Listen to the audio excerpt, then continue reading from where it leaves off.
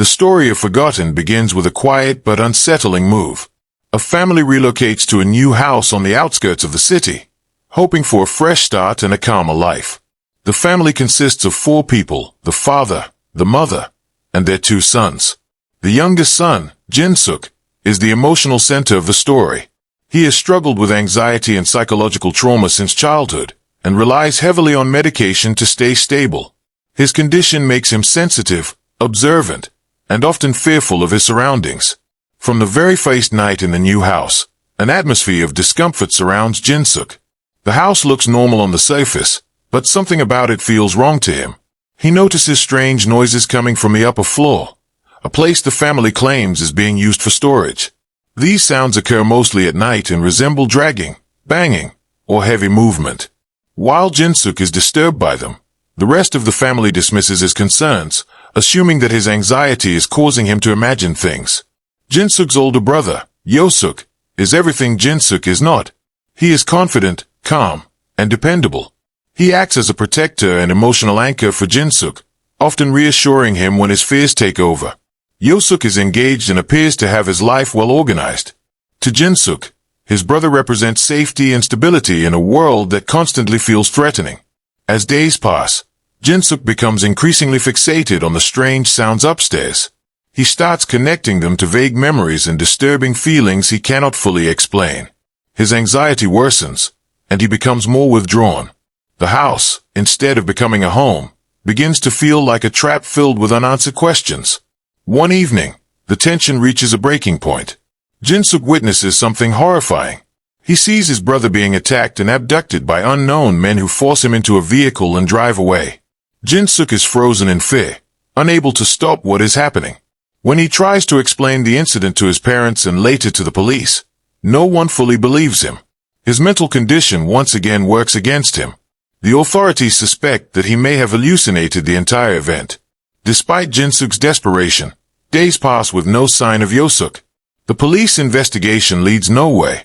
Slowly, the family is forced to accept the possibility that Yosuk may never return. Yosuk is consumed by guilt, believing that he failed to save the one person who always protected him.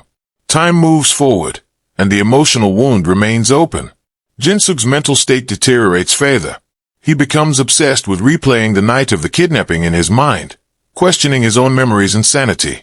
He wonders whether what he saw was real or simply another product of his damaged mind. After 19 long days, something unexpected happens. Yosuk suddenly returns home. His reappearance shocks everyone, especially Yosuk. At first, relief washes over the family, but that relief does not last long.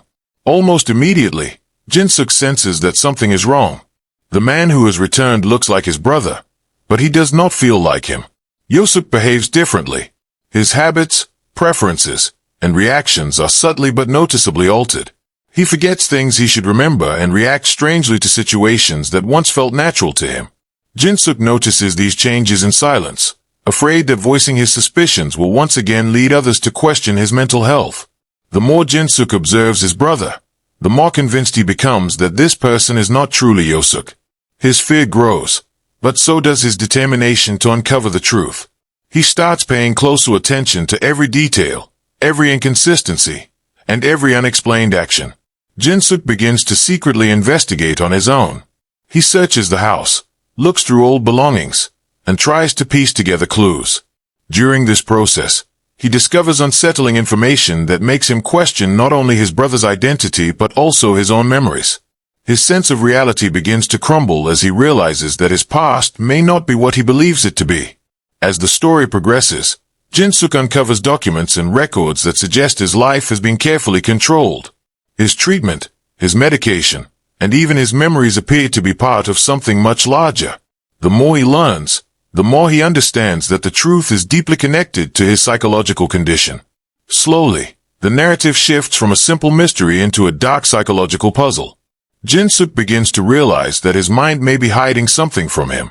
His memories feel fragmented, unreliable, and manipulated. The line between past and present becomes increasingly blurred. At this point, the story prepares the audience for a major revelation. Everything Yosuk believes about himself, his family, and his brother is about to be challenged. As Yosuk's suspicions deepen, His daily life becomes a constant struggle between fear and doubt. He wants to trust his brother's return, but every small inconsistency keeps pushing him further away from that comfort. The house, once merely unsettling, now feels actively hostile, as if it is hiding answers he is not yet ready to face. Yosuk begins noticing that his parents also behave strangely after Yosuk's return. They seem overly eager to move on, as if they are afraid of revisiting the past 19 days. Their silence feels deliberate rather than natural. This makes Yosuk question whether they truly believe Yosuk's story or if they are hiding something from him. Late at night, Yosuk starts experiencing disturbing flashes of memory. These are not clear flashbacks but fragmented images and sensations. He sees unfamiliar places, feels intense guilt, and senses fear that does not seem connected to his current life. Each episode leaves him more confused and emotionally drained. His medication appears less effective, and his grip on reality weakens. Driven by desperation, Yosuk follows his brother one day, keeping a safe distance. He watches Yosuk interact with people outside the family and notices that these interactions feel awkward, as if Yosuk is pretending to be someone he is not. Yosuk's belief that his brother has been replaced grows stronger. During his investigation, Yosuk discovers old records that raise disturbing questions. Medical files and documents hint at long-term psychological treatment and memory manipulation. These findings shock him, as he does not remember agreeing to such extensive procedures. It becomes clear that parts of his past have been intentionally suppressed. As Yosuk digs deeper, he begins to understand that his anxiety disorder may not be the root problem but rather a symptom of something much darker. The possibility that his memories were altered to protect him from a traumatic truth becomes increasingly real. At the same time, Yosuk's behavior grows more unpredictable. His calm demeanor occasionally cracks, revealing moments of anger and emotional distance. Yosuk senses that Yosuk is watching him closely, almost as if waiting for something. This creates an unspoken tension between the two brothers that fills the house with dread. Eventually, Yosuk uncovers a shocking clue that changes the direction of his investigation. He learns that the identity he has lived with for years may not be his original one. The realization hits him slowly but powerfully. His name, his role in the family, and his entire personal history begin to feel unstable. Memories from the past start surfacing more vividly. Yosuk recalls fragments of an incident involving violence and loss. These memories are painful and incomplete, but they suggest that he was involved in something irreversible. The guilt he feels is overwhelming, even though he does not fully understand its source. The story then reveals that Yosuk's life has been shaped by a carefully constructed illusion. After committing a terrible act in the past, his identity was altered as part of a psychological treatment designed to erase his guilt and allow him to function again. The family he believes to be his own has been participating in this lie to maintain his mental stability. This revelation shifts the narrative completely. The audience begins to realize that Yosuk may not be an innocent victim but rather someone running from his own past. The mystery surrounding Yosuk's kidnapping starts to make sense in a new and unsettling way. It becomes clear that Yosuk's disappearance was not random. It was part of a calculated plan rooted in revenge. The man who returned home was the real Yosuk, someone who had been waiting patiently for the right moment to confront the person responsible for destroying his family. As the truth unfolds, Yosuk's perception of reality collapses. The brother he trusted, the parents he relied on, and the memories he clung to all feel like pieces of a carefully staged performance. He realizes that his fear was never about the house or the noises upstairs, but about the truth buried deep within his mind. The emotional weight of this realization is crushing. Yosuk struggles to accept that he has been living under a false identity, protected from the consequences of his actions. The comfort of ignorance is replaced by unbearable guilt and self-loathing. By the end of this part, the story reaches a critical turning point. Yosuk now understands that the danger he sensed all along was not an external threat, but his own past catching up to him. Understanding the remaining question is no longer about the emotional tone of the story, but about whether Yosuk can face the truth. What once appeared to be a mystery centered around an abduction now reveals itself as a carefully layered psychological reckoning. Yosuk is no longer simply searching for answers. He is now confronting the reality of who he truly is and what he has done. The memories that were once fragmented begin to align into a more coherent picture. Yosuk remembers a past life under a different identity, one marked by arrogance, recklessness, and cruelty. These memories show him as someone capable of violence, someone who caused irreversible harm. The weight of these recollections crushes him emotionally, forcing him to accept that his suffering is not random but deeply deserved. The role of the family becomes clearer as well. The parents he believed to be his own were never related to him by blood. They were caretakers assigned to maintain the illusion that allowed him to live peacefully without confronting his guilt. Their kindness, while genuine on the surface, was part of a structured system designed to keep him psychologically stable. This realization makes Yosuk feel both betrayed and ashamed. As the truth surfaces, Yosuk's true intentions also become clearer. His calm and controlled behavior is revealed to be a mask worn by someone driven by grief and anger. Years earlier, Yosuk's life was destroyed by a senseless act of violence. His family suffered a loss that could never be repaired. While Yosuk was given a chance to forget and start over, Yosuk was left to live with his pain every single day. Yosuk's plan was never about immediate revenge. Instead, it was about psychological justice. He wanted Yosuk to experience the slow and painful return of his memories. He wanted him to feel the fear, confusion, and despair that mirrored the suffering he himself had endured.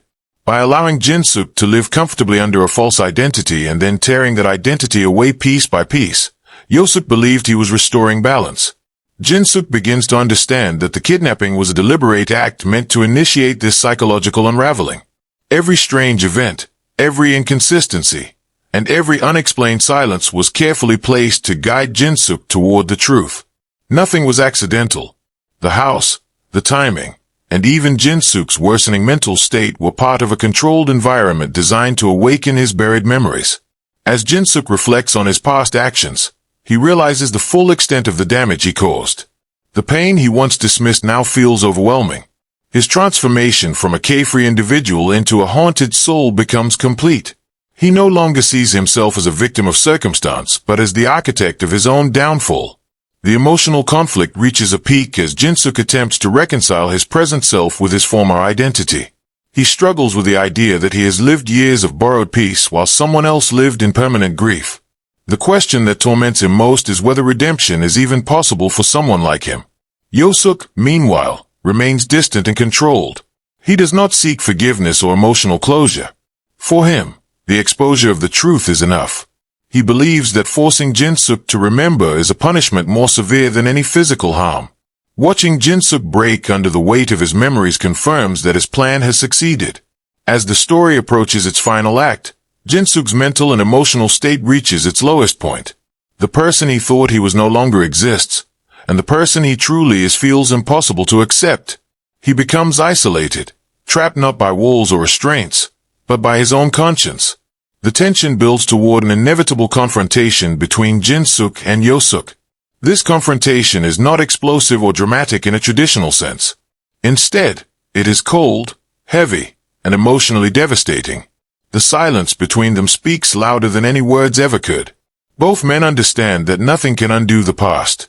By the end of this part, the story prepares the audience for its final resolution.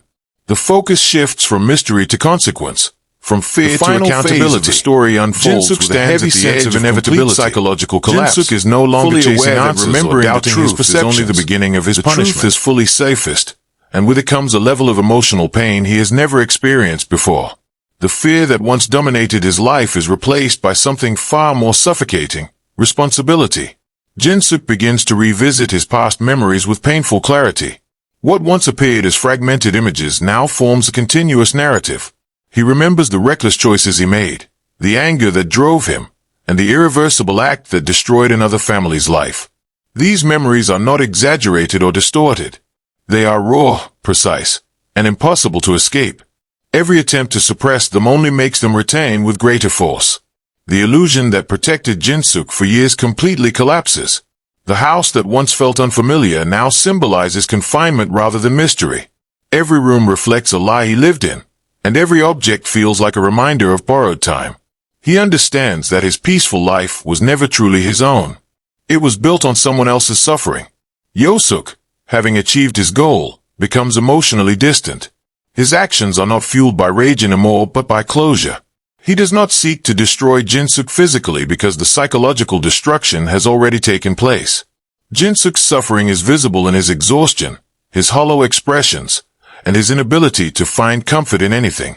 As Jinsuk struggles to function, his mental state deteriorates rapidly. The anxiety that once seemed like a medical condition now feels like a natural response to guilt. Sleep offers no relief, and waking life feels unbearable. The realization that he cannot undo his past leaves him emotionally paralyzed. The story emphasizes that Jinsuk's punishment is not imposed by others but by his own conscience. He is haunted by the knowledge that while he was allowed to forget, the victims of his actions were forced to remember every single day. This imbalance becomes the core emotional theme of the ending. Eventually, Jinsuk understands that living with the truth requires accountability. The narrative does not offer him redemption or forgiveness. Instead, it presents acceptance as the only possible path forward. He must live knowing what he did, without the comfort of denial or altered memories. Yosuk's role in the story concludes not with satisfaction but with emotional exhaustion. Revenge does not bring him peace, only a sense that justice, in its own cruel form, has been served. He leaves behind a broken man who now carries the full weight of his actions. The final moments of the story focus on Jinsuk alone. He reflects on the fragile nature of memory and identity, realizing how easily the mind can be reshaped and how dangerous forgetting can be. His journey ends not with hope, but with awareness. Awareness becomes his sentence. The story closes on a deeply unsettling note. It suggests that some truths are too heavy to erase, and that escaping guilt does not erase responsibility. The real horror of the film is not violence or confrontation of truth, but the idea that living with the truth can be far more painful than any punishment mystery has already been solved. But the internal damage continues to grow. Jinsuk's life does not suddenly end, nor does it return to normal. Instead, it enters a state of emotional suspension where every moment feels heavy and meaningless. Jinsuk attempts to resume daily life, but ordinary routines no longer make sense to him. Simple actions feel exhausting, and familiar places trigger overwhelming memories. His mind, once protected by altered memories, now functions without barriers. Every thought leads back to the same realization that his former peace was never deserved. The psychological consequences of remembering everything begin to fully manifest. Jinsuk is unable to escape his conscience. His guilt does not appear dramatically. It lingers quietly, shaping his thoughts and draining his will to exist comfortably. The story emphasizes that remembering the truth is not an act of liberation but a lifelong burden. The absence of comfort becomes one of the most painful elements of the ending. Jinsuk does not receive sympathy, forgiveness, or understanding. The world moves forward as if nothing extraordinary has happened, while he remains trapped in a reality shaped entirely by his past actions. This emotional isolation becomes his true punishment. Meanwhile, Yosuk fades from the narrative. His presence is no longer necessary because his objective has been fulfilled. He does not celebrate, nor does he express relief. His departure represents the emptiness of revenge. Justice, once achieved, leaves behind silence rather than satisfaction. The film carefully avoids offering moral reassurance.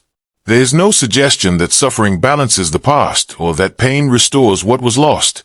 Instead, the story presents memory itself as the ultimate consequence. Forgetting allowed Jinsuk to live, but remembering forces him to confront the weight of irreversible choices. As time passes, Jinsuk's identity stabilizes, but only in the sense that he no longer denies who he is. He accepts that his past and present are inseparable. This acceptance does not heal him. It simply prevents further self-deception. The distinction between punishment and awareness becomes increasingly blurred. The tone of the narrative remains cold and restrained. There are no dramatic resolutions or emotional outbursts. The horror lies in the quiet continuation of life after the truth is revealed. Jinsuk is not destroyed physically, but emotionally he exists in a permanent state of loss. The story reinforces one of its central themes. Identity is fragile, and memory defines morality.